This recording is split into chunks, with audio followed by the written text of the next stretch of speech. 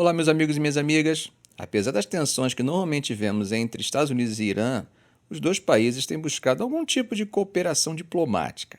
Nem sempre esses encontros são divulgados na imprensa. Isso mesmo, parece que os Estados Unidos e o Irã estiveram envolvidos em negociações esse ano. O objetivo principal dessas conversas era convencer Teherã a usar sua influência sobre o movimento Houthi no Iêmen para acabar com os ataques a navios no Mar Vermelho.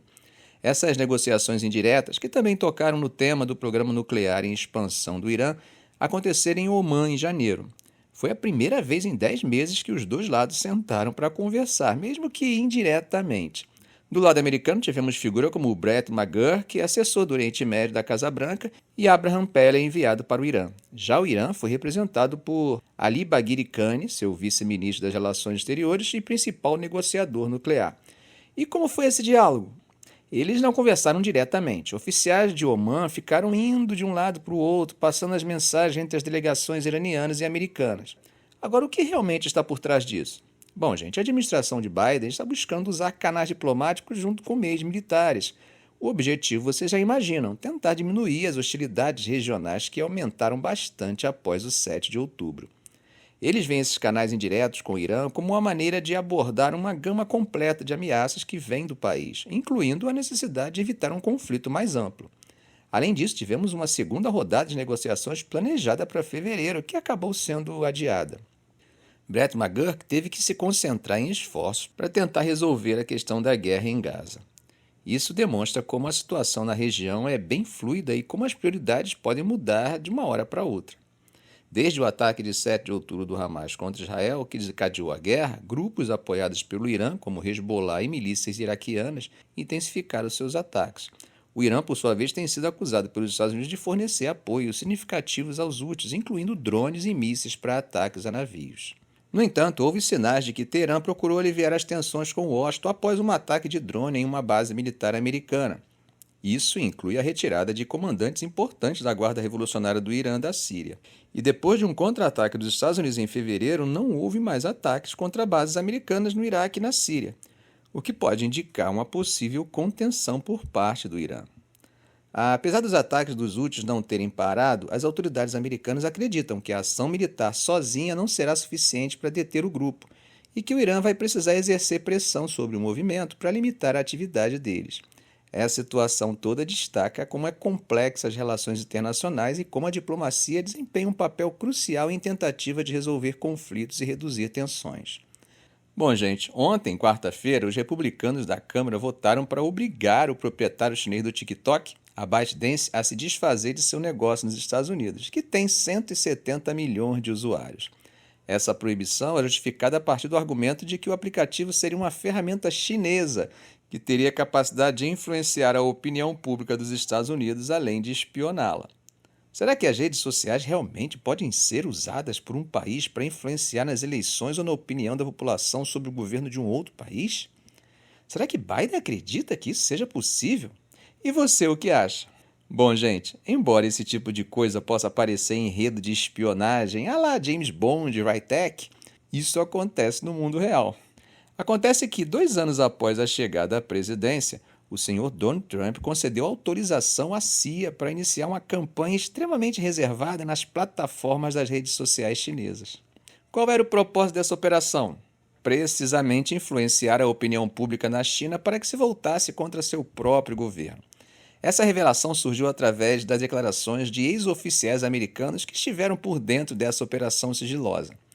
Conforme relatado por 3 desses ex-oficiais à agência de notícias Reuters, a CIA formou um grupo especial de agentes que, valendo-se de identidade fictícia na internet, disseminaram retóricas adversas acerca do governo de Xi Jinping e facilitaram o vazamento de informações negativas e depreciativas. Essa estratégia teve início no ano de 2019 e somente agora tomamos conhecimento de sua existência. Eu já falei em alguns vídeos do canal sobre a relevância do tema China para a política externa dos Estados Unidos. Nos últimos 10 anos, houve uma aceleração bem significativa da influência global da China, que firmou pactos militares, acordos comerciais e parcerias empresariais com nações em desenvolvimento.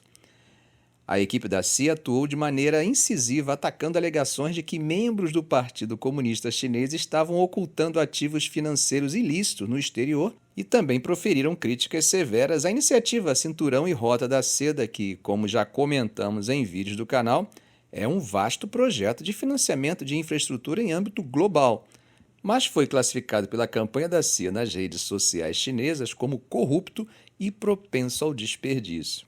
Os detalhes dessas operações foram mantidos em absoluto sigilo pelos oficiais americanos, que, no entanto, salientaram que as versões negativas eram fundamentadas na verdade, embora fossem propagadas secretamente por operativos de inteligência sob falsas identidades. O intuito era induzir um estado de paranoia nos líderes chineses, levando-os a investir recursos na busca por interferências em sua internet, que é rigorosamente controlada.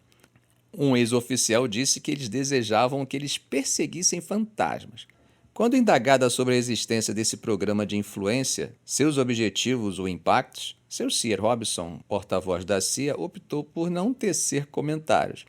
Do lado chinês, um porta-voz do Ministério das Relações Exteriores expressou que essa iniciativa da CIA evidenciou que o governo dos Estados Unidos emprega o espaço de opinião pública e as plataformas da mídia como ferramenta para disseminar informações falsas e manipular a opinião pública internacional. Segundo Tim Weiner, autor de uma obra acerca da história da guerra política, durante seu mandato, Trump adotou uma postura consideravelmente mais rigorosa em relação à China do que os seus antecessores, marcando possivelmente um retorno aos métodos característicos do confronto entre Washington e a antiga União Soviética durante a Guerra Fria. No entanto, o que fica claro, gente, é que tanto republicanos quanto democratas têm sido progressivamente confrontados com o crescimento relativo da China, e a importância desse tema na política externa dos Estados Unidos já é prioritária, mas sua importância cresce também de forma progressiva. Até o momento presente, a eficácia real dessas operações secretas permanece indeterminada, bem como se a administração do presidente Joe Biden decidiu prosseguir com o programa da CIA. Kate Ward, porta-voz do Conselho de Segurança Nacional da administração Biden, também escolheu não comentar sobre a continuidade ou a existência do programa. Historiadores especializados em inteligência informaram a Reuters que, uma vez que a Casa Branca autoriza a CIA a realizar ações secretas por meio de uma ordem conhecida como descoberta presidencial, é comum que tais iniciativas perdurem através das administrações subsequentes. De fato, Donald Trump, que atualmente lidera a corrida para ser o candidato republicano à presidência, sugeriu que adotará uma postura ainda mais rigorosa em relação à China caso seja reeleita em novembro. Essa operação contra Pequim foi empreendida com um risco significativo de escalada nas tensões com os Estados Unidos, considerando o poder da economia chinesa e sua capacidade de retaliação por meio do comércio, conforme indicado por Paul He, um ex-analista sênior da CIA sobre a Ásia Oriental, que tomou conhecimento da autorização presidencial através da Reuters. Por exemplo, após a Austrália solicitar uma investigação na China para examinar as origens da pandemia do Covid-19 em 2020, Pequim respondeu bloqueando bilhões de dólares em comércio australiano por meio de tarifas agrícolas. Outro dia li um comentário dizendo que os países deveriam se unir e deixar de comprar produtos chineses, que assim eles acabavam com o problema. Agora eu pergunto, e se a China parar de comprar produtos de determinados países? Já pensou nas consequências para esses países? Só o Brasil exportou para a China em 2023 nada mais nada menos do que 104 bilhões de dólares, enquanto nós compramos deles 53 bilhões. Se fizermos as contas, tivemos um superávit de mais ou menos 51 bilhões. Então, gente, não temos que se preocupar apenas com o que nós compramos da China, mas temos que pensar também no que nós vendemos para eles. Bom, o Ministério das Relações Exteriores da China declarou que Pequim adere ao princípio da não interferência nos assuntos internos de outros países e não se imiscui nos assuntos domésticos dos Estados Unidos. As fontes descreveram a autorização de 2019, descoberta pela Reuters, como uma operação de maior envergadura, permitindo que a CIA tomasse ação não apenas na China, mas também em países ao redor do mundo onde os Estados Unidos e a China competem por influência. 4 ex-oficiais afirmaram que a operação visava a opinião pública no Sudeste Asiático, África e no Pacífico Sul. Veja que um deles falou: a percepção era de que a China estava nos atacando com bastões de beisebol de aço. enquanto nós reagíamos com bastões de madeira. Matt Pottinger, um oficial sênior do Conselho de Segurança Nacional da época, foi o responsável pela redação da autorização, segundo 3 oficiais. Ele citou o suposto uso de influência maligna por Pequim, alegações de roubo de propriedade intelectual e expansão militar como ameaças à segurança nacional dos Estados Unidos, de acordo com um desses ex-oficiais. Mensagens secretas permitem que os Estados Unidos implantem ideias em países onde a censura poderia obstruir a divulgação dessas informações ou em regiões onde o público poderia desacreditar declarações provenientes do governo dos Estados Unidos, conforme explicado por Locke Johnson, um cientista político da Universidade de Geórgia, que estuda o uso dessas táticas. Campanhas de propaganda secreta eram comuns durante a Guerra Fria, quando a CIA inseria de 80 a 90 artigos por dia em um esforço para minar a União Soviética. Por exemplo, a CIA criou uma revista astrológica na Alemanha Oriental com o propósito de publicar previsões sinistras sobre líderes comunistas. Isso conforme registros desclassificados agora revelam. No entanto, essa campanha de propaganda secreta contra Pequim poderia ter um efeito reverso. A China poderia utilizar evidências de um programa de influência da CIA para reforçar suas acusações de longa data de subversão ocidental obscura, auxiliando Pequim na construção de uma ideia cética em relação a Washington.